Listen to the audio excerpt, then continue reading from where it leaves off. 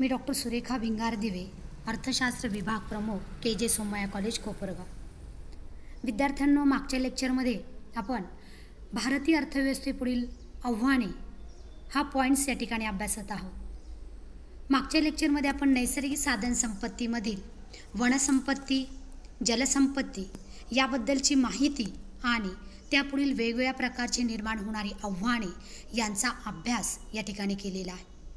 आजच्या या लेक्चरमध्ये भारतातील खनिज साधन सामग्री याबाबतची माहिती ही पाहायची आहे. भारताचा जर विचार केला तर भारतामध्ये खनिज संपत्ती जी आहे तर त्या खनिज संपत्तीच्या बाबतीमध्ये मोठ्या प्रमाणात उपलब्धता असल्याचं आपल्याला जाणवतं.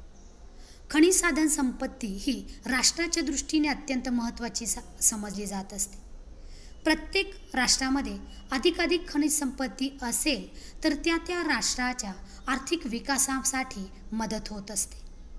नैसर्गिक खनिजे ही त्या राष्ट्राच्या आर्थिक संपन्नतेमध्ये, वैभवामध्ये व प्रतिष्ठेमध्ये भर घालत असते. प्रत्येक देशामध्ये उपलब्ध असलेल्या खनिजांच्या उपलब्धतेवर त्या देशाचा औद्योगिक विकास अवलंबून असतो. त्याचबरोबर रोजगार जो काही आहे तर तो रोजगार मोठ्या प्रमाणात उपलब्ध होत असल्याने रोजगार हा सुद्धा नैसर्गिक साधन संपत्तीमधील खनिज संपत्तीवर अवलंबून असतो. जर खनिजे एखाद्या देशामध्ये किंवा राष्ट्रामध्ये मोठ्या प्रमाणात उपलब्ध असतील तर ती राष्ट्र किंवा ते देश विकसित राष्ट्र म्हणून गणले जातात. म्हणून खनिजे आर्थिक विकासाच्या प्रक्रियेमध्ये महत्त्वाची भूमिका या ठिकाणी बजावत असतात.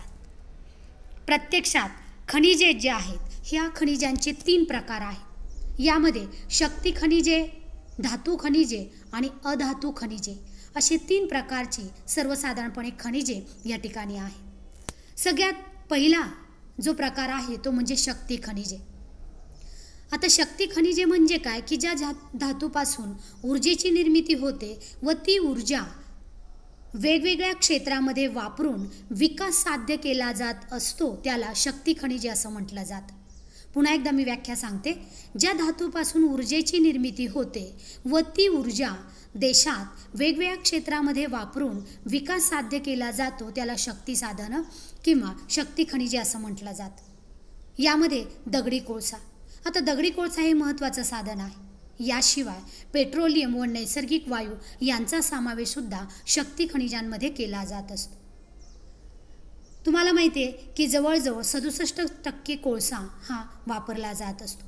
भारतामध्ये बंगाल, बिहार, नागपूर या भागामध्ये मोठ्या प्रमाणात कोळसा हा सापडत असतो. या कोळशाचा उपयोग वेगवेगळ्या क्षेत्रांमध्ये होतो हे तुम्हाला माहीतच आहे.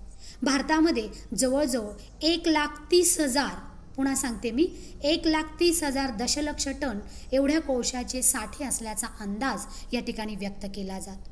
म्हणून शक्ती खनिजामध्ये दगडी कोळसा आणि पेट्रोल आणि नैसर्गिक वायू हे घटक महत्त्वाचे आहे. पुढचा महत्त्वाचा घटक म्हणजे धातू खनिजे. आता धातू खनिजे म्हणजे काय की जी खनिजे मौल्यवान असतात आणि मौल्यवान धातू या स्वरूपामध्ये सापडत असतात त्यांना धातू खनिजे असं म्हटलं जातं. कारण ही मौल्यवान असतात आणि धातूच्या स्वरूपामध्ये ही सापडत असतात. धातू खनिजांमध्ये सर्वसाधारणपणे लोखंड, सोने, तांबे, बॉक्साईड, मॅंगनीज यांचा समावेश हा धातू खनिजांमध्ये केला जातो. या धातूंमध्ये तुम्हाला माहिती आहे सोने असेल, तांबे असेल, लोखंड असेल, बॉक्साईड असेल, मॅंगनीज असेल तर ह्यांचा उपयोग हा मोठ्या प्रमाणात होत असतो. ही जी काही धातू आहेत तर ही धातू खनिजे अत्यंत महत्त्वाची आहेत आणि या धातूंच्या सर्वसाधारणपणे निर्मितीमधून किंवा ह्या धातूंमुळे राष्ट्राच्या विकासासाठी मोठ्या प्रमाणात मदत होत असते. याशिवाय आंतरराष्ट्रीय स्वरूपावर किंवा आंतरराष्ट्रीय स्तरावर एक वेगळी प्रतिष्ठा निर्माण होत असते. जागतिक पातळीवर भारतामध्ये या धातू खनिजांचा मोठ्या प्रमाणात उपलब्धता किंवा हे धातू खनिजे हे मोठ्या प्रमाणात सापडतात. म्हणून धातू खनिजे हा घटक अत्यंत महत्त्वाचा आहे. तिसरा प्रकार अधातू खनिजे. आता अधातू खनिजे म्हणजे काय की वरील जे काही 2 प्रकार आपण पाहिलेले आहेत या 2 प्रकारांमध्ये शक्ती खनिजे आणि धातू खनिजे या दोन्ही प्रकारांशिवाय जी काही वेगवेगळी खनिजे असतात तर त्यांचा समावेश अधातू खनिजांमध्ये केला जातो. आता यामध्ये सगळ्यात महत्त्वाचं जिप्सम, अभ्रक, डायमंड आणि फॉस्फेट या धातूंना अधातू खनिजे असं म्हटलं जातं. बघा, या दोन्ही वरच्या प्रकारांमध्ये हे नाहीत, म्हणून यांचा समावेश जिप्सम धातू असेल, अभ्रक असेल, डायमंड असेल, फॉस्फेट असेल वगैरे धातू जे आहेत तर ते अधातू खनिजे या संस्थेमध्ये मोडत असतात या संज्ञेमध्ये. आता अभ्रक या धातूला विद्युत क्षेत्रामध्ये अनन्यसाधारण महत्त्व आहे. त्याचबरोबर सर्वसाधारणपणे भारत हा देश खनिज साधन सामग्रीच्या बाबतीमध्ये सदन समजला जात असतो. थोडक्यात काय की खनिज साधन संपत्तीच्या बाबतीमध्ये भारत देश हा सदन मानला जातो. तरीसुद्धा भारतामध्ये खनिज साधन सामग्रीच्या बाबतीमध्ये अनेक मोठमोठे प्रश्न किंवा आव्हाने आहेत. आता बघा, तुम्हाला फर्स्ट इयरला हे डिटेलमध्ये सगळे खनिजे, खनिजांचे उपयोग वगैरे याविषयीची माहिती तुम्हाला या युनिटमध्ये नाही. फक्त थोडक्यामध्ये खनिजे कोणत्या प्रकारचे आहेत, त्यामध्ये कोणकोणत्या खनिजांचा समावेश होतो एवढी माहिती आणि त्या खनिज संपत्ती पुढील किंवा खनिज साधन सामग्री बाबतीत जी काय आव्हाने आहेत किंवा समस्या आहेत तर या घटकांची तुम्हाला माहिती ही पाहायची आहे. आता ही खनिज साधन सामग्री जी आहे तर या खनिज साधन सामग्रीच्या बाबतीमध्ये वेगवेगळ्या प्रकारचे आव्हाने किंवा प्रश्न जे आहेत तर ते प्रश्न निर्माण झालेले आहेत. यामध्ये सगळ्यात महत्त्वाचा आणि पहिला घटक म्हणजे खनिज शोध यंत्रणेच्या आधुनिकतेचा प्रश्न. आता बघा, खनिज साधन संपत्ती ही तुम्हाला माहिती आहे की भूगर्भामध्ये सापडत असते, मग तिचं उत्खनन करावं लागतं. तर यासाठी मोठ्या प्रमाणात नवनवीन प्रकारच्या यंत्रणेच्या शोधाची किंवा आधुनिक यंत्र किंवा तंत्राचा अवलंब या ठिकाणी करावा लागतो. मात्र या आधुनिक यंत्र किंवा तंत्राचा अवलंब जर करायचा असेल तर त्यासाठी मोठ्या प्रमाणात खर्चही येत असतो. त्याचबरोबर तशा प्रकारच्या खनिज संपत्तीची उपलब्धता करण्यासाठी आधुनिक पद्धतीने त्याचा अवलंब करावा लागतो. परंतु आधुनिकतेचा प्रश्न जो काही आहे तर तो प्रश्न हा भारतीय अर्थव्यवस्थेपुढचा सगळ्यात महत्त्वाचा प्रश्न या ठिकाणी आहे. दुसरा महत्त्वाचा घटक आपण पाहतोय तो म्हणजे खनिज उत्खननाचा खर्च हा मोठ्या प्रमाणात आहे. खनिज संपत्ती ही भूगर्भामध्ये सापडते आणि ती भूगर्भातून वरून काढेपर्यंत मोठ्या प्रमाणात खर्च जो आहे किंवा जमिनीवर काढेपर्यंत मोठ्या प्रमाणात खर्च हा लागत असतो. कोळशाच्या खाणीमधून कोळसा काढणं असेल किंवा नैसर्गिक पेट्रोलियम किंवा नैसर्गिक वायू जे असतील, अभ्रक असतील, सोने असतील, तांबे असतील, बॉक्साईड असेल, मॅग्नीज असेल, तर ही जी काही खनिजे आहेत तर ही खनिजे वरती काढण्यासाठी, जमिनीवर काढण्यासाठी किंवा त्याचं उत्खनन करण्यासाठी प्रचंड प्रमाणामध्ये खर्च येतो आणि हा खर्च भारतीय अर्थव्यवस्थेपुढचा महत्त्वाचा प्रश्न आहे.